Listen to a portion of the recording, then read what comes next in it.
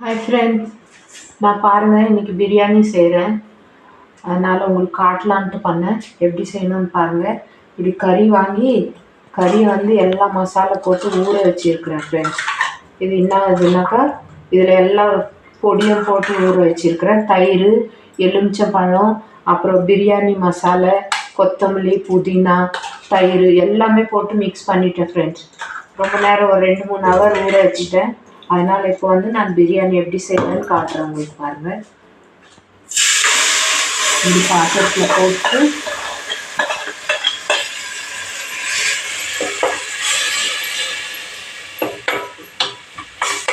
இது தம் பிரியாணி ஃப்ரெண்ட்ஸ்.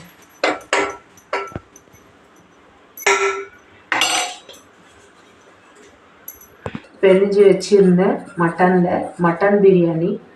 அதனால் எல்லாத்தையும் மிக்ஸ் பண்ணி வச்சுட்டேன். இப்போ பருத்தியாச்சு. இருந்தாலும் இன்னும் கொஞ்சம் எண்ணெய் போடுறேன் நான்.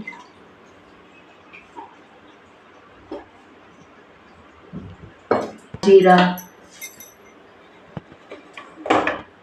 அளவுக்கு காரம் எல்லாமே போட்டாச்சு. நான் ஹாஃப் பாயில் பண்ணி வச்சுருக்கிறேன். இதில் புதினா, கொத்தமல்லி எல்லாமே போட்டு இப்போ அந்த மட்டன் மேலே நான் ரைஸை போட போகிறேன்.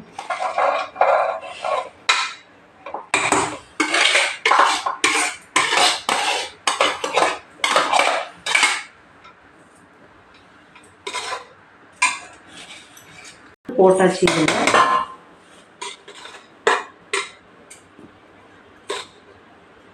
ஃபஸ்ட்டு மட்டன் பிரியாணி எல்லாம் மிக்ஸ் பண்ணி வச்சுருந்தேன்.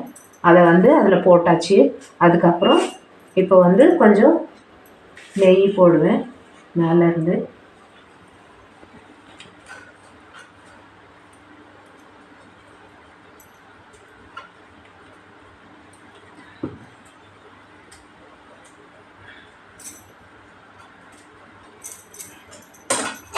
நெய் போட்டாச்சு ஃப்ரெண்ட்ஸ். இப்போ கொஞ்சம் கலர் போட்டுப்போம். நம்ம ரெட்டு போடுறேன், ரெட் கலரு, அப்புறம் ஆரஞ்சு கலரு. நான் க்ரீன் கலரும் போட்டுக்கலாம் ஃப்ரெண்ட்ஸ்.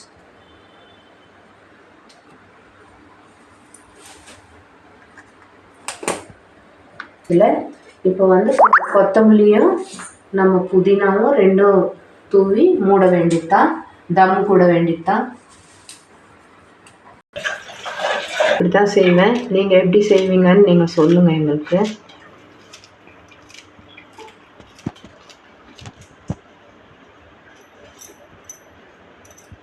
அடி பிடிக்காததுனால நான் வைக்க போகிறேன். வைக்கணும் இல்லைங்களா, அதனால தவா மேலே வைக்க போகிறேன்.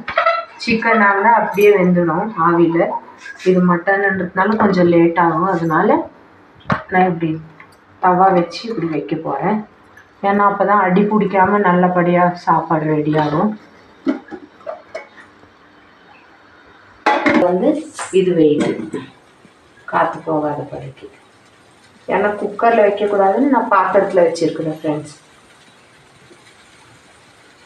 அவ்வளோதான், எல்லாம் ரெடி பண்ணி வச்சாச்சு. இதுக்கப்புறம் இது ஆனதுக்கப்புறம் நான் உங்களுக்கு காட்டுறேன்.